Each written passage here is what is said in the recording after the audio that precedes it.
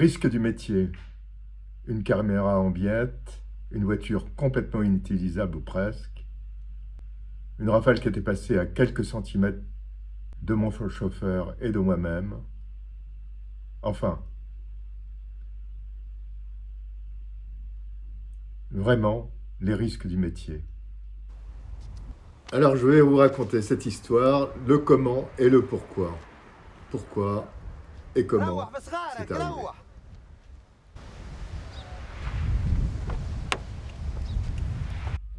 Bonjour à tous, cela fait maintenant 10 ans que Mouammar Kadhafi est mort.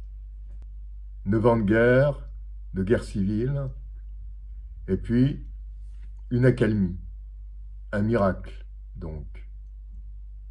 Le 24 décembre, la Libye va peut-être pouvoir choisir son nouveau président. Et à partir de là, ce sera peut-être le retour à la paix. Mais retournons 10 ans en arrière. 10 ans en arrière, nous étions le 23 août 2011. Quand moi j'arrivais à Tripoli. Les combats faisaient rage. Rage dans la capitale. Les forces qui combattaient contre Mouammar Kadhafi, avec évidemment l'appui des puissances occidentales comme l'Amérique, la Grande-Bretagne et la France, ces forces-là combattaient dans la capitale libyenne. Moi, j'étais arrivé quelques jours auparavant à la frontière entre la Tunisie et la Libye. En fait, j'étais plutôt à Sfax. Je demandais à Sfax un visa à l'ambassade de Libye en Tunisie. Il n'y avait plus personne ne voulait me délivrer de visa. Et donc, ce que j'ai fait, j'ai loué une voiture, j'ai demandé à un chauffeur de m'accompagner, et nous sommes partis vers la frontière libyenne, et ensuite, Zaouïa. Zaouïa, où les combats faisaient rage. Arrivé à Zaouïa, la dernière ville avant Tripoli. Nous sommes à 50 km de la capitale de la Libye. Cela fait maintenant 2 jours que l'offensive venant du Djebel s'est déclenchée à la grande surprise de tous. La route entre Tripoli et la Tunisie est bien coupée. Plus de carburant, ni de vivres pour les troupes gouvernementales. La prise de Zaouïa est d'un intérêt stratégique pour la rébellion. Entrée dans le centre de la ville, encore pilonnée par les mortiers. Les quartiers sont ravagés par les combats. Le grand marché n'existe plus. Les combattants du Djebel sont des guerriers. Ils savent ce que c'est qu'une arme. Bienvenue à Zaouïa.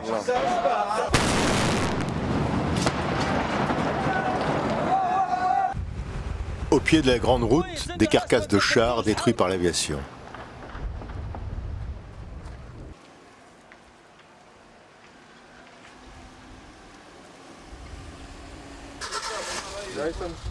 Y a-t-il encore des snipers?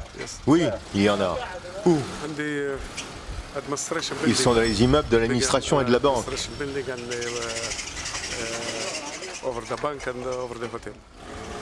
Les avions de la coalition avaient frappé les chars libyens.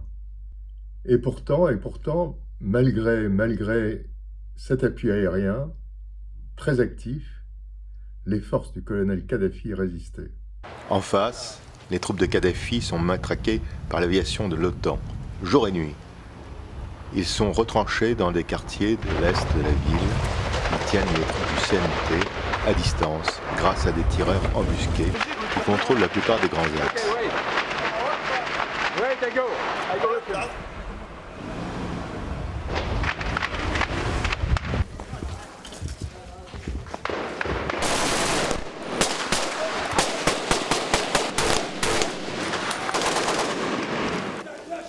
Les résistants ont pu rafistoler un char qui se met en position devant les immeubles occupés par les snipers.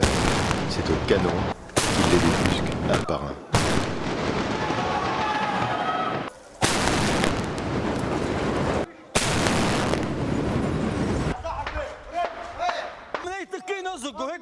Mais cela ne suffit pas. Avec un petit groupe, je me rapproche de leur position. Leur tir tient toujours les combattants à distance.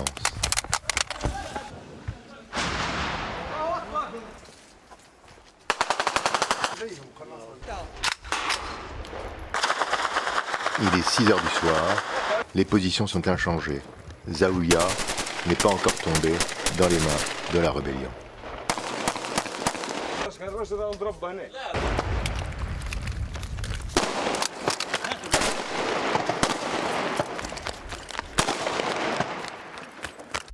Zaouïa tombe, la route de la capitale libyenne, Tripoli, est ouverte. Arrivé à Tripoli, nous voici dans le centre de la capitale libyenne. Dans le centre de la capitale libyenne, la place verte, la célèbre place verte. Arrivé sur la place verte, 8h30 du matin, un spectacle inoubliable que cette place désertée, qui était le symbole de la puissance de Kadhafi. Rebaptisée Place des Martyrs, elle est gardée par 2 pick-up du gouvernement de transition.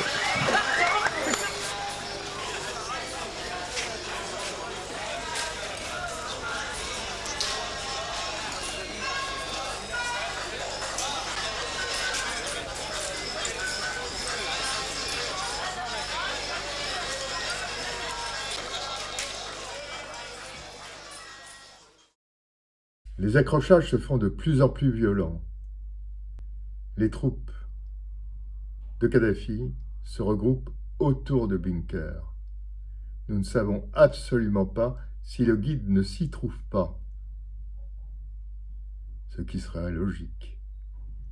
Un bunker où j'étais allé quelques mois plus tôt.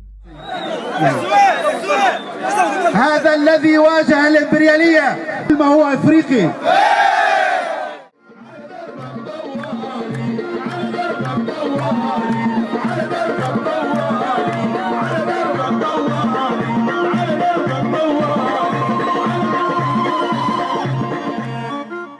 Nous traversons la place verte, nous essayons, mon chauffeur et moi, de foncer vers les hôtels. Pourquoi vers les hôtels? Parce qu'il me faut absolument une connexion Internet pour envoyer mon sujet à Arte. Partout dans Tripoli, comme ici, les combats font rage. Les unités du colonel Kadhafi se sont repliées autour de l'hôpital et sur le front de mer. Mais petit à petit, des accrochages très violents ont lieu un peu partout dans la ville. Des groupes d'une dizaine d'hommes tiennent une rue, un immeuble, une place, ce qui rend la mobilité des résistants difficile. Soudain, une explosion, des hommes stoppent la voiture, une rafale, puis un grand noir, que je crois reconnaître comme un toubou, se précipite sur ma caméra, donne un coup de pied dedans, arrache le micro et me bourre de coups de crosse. La caméra roule de l'autre côté de la chaussée, je me précipite sur elle, le type me braque avec sa Kalachnikov et tire. Et tire à quelques centimètres de mon oreille.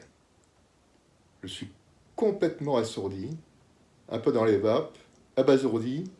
Le type me reprend, me traîne et m'expédie dans des espèces de petits jardins. Je me dis à ce moment-là que nous sommes en présence de pillards.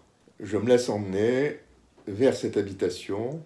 Et là, je vois un homme qui se présente comme le chef du groupe. Il me demande ma nationalité. Je lui dis, écoutez, je suis français. Et là, il rentre dans une colère froide. Il me dit, je vais te tuer. Je vais te tuer. Mes 2 fils et ma fille sont morts sous un bombardement. Je vais te tuer. Les explosions se rapprochent. C'est pas bon. Moi, je me dis qu'à un moment donné, les forces de l'OTAN vont nous prendre pour cible et tuer tout le monde. C'est ce que me dit d'ailleurs le professeur avec un grand rire. Je sens que l'homme est désespéré. J'essaye de lui parler. Pourquoi lui parler? Tout simplement parce qu'on ne tue pas un homme avec qui on parle. Il a un physique très étonnant pour un combattant libyen. Il est distingué, bien habillé.